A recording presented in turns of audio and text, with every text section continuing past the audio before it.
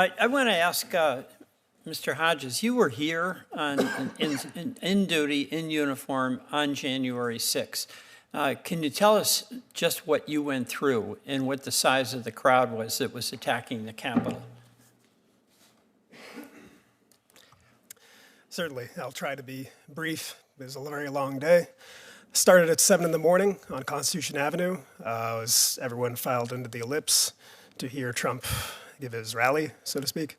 And then they, afterwards, they started heading back towards up Constitution Avenue towards the Capitol.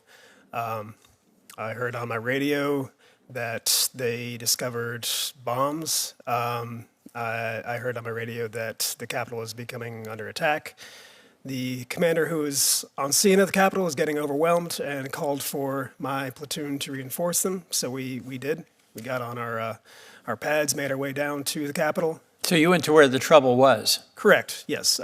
We got as far as the edge of the western property, but the crowd was so dense, we couldn't get any closer than that in a vehicle. So we got out on foot, started making our way towards the western terrace itself.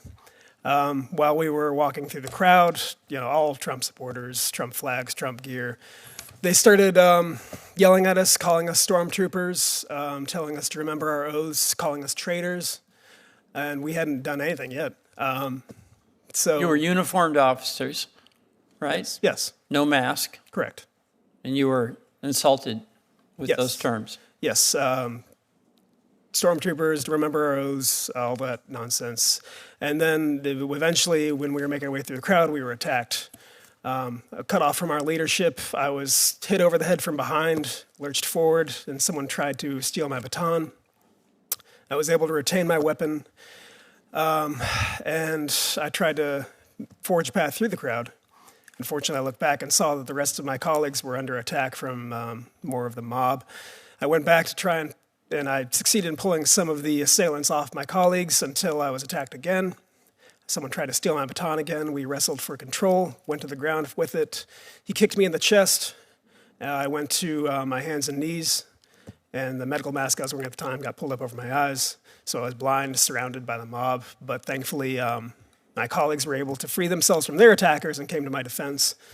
I got up, and I forged another path through the crowd.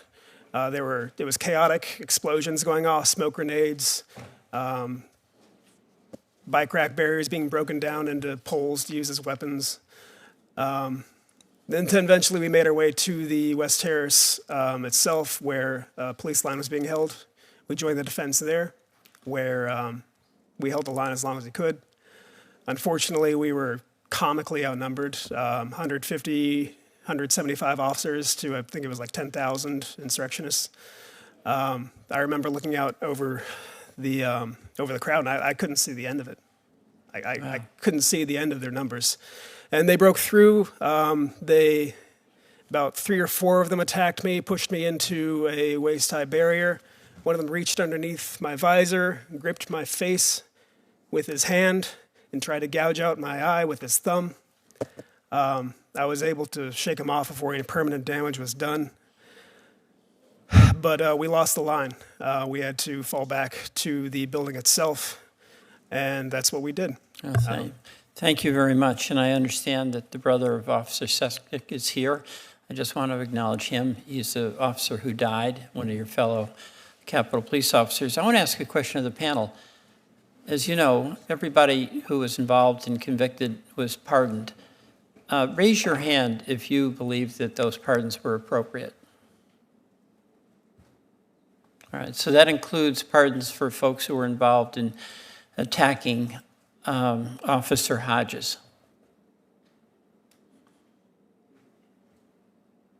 It does. Mr. Chairman, I have to say, Are we being invited to speak, or is... Pardon me? Was that an invitation to speak, or No. were you... Oh, understood.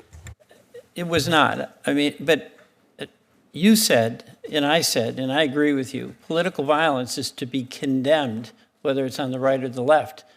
We just heard a pretty frightening description of political violence on a sustained basis against this Capitol Police officer.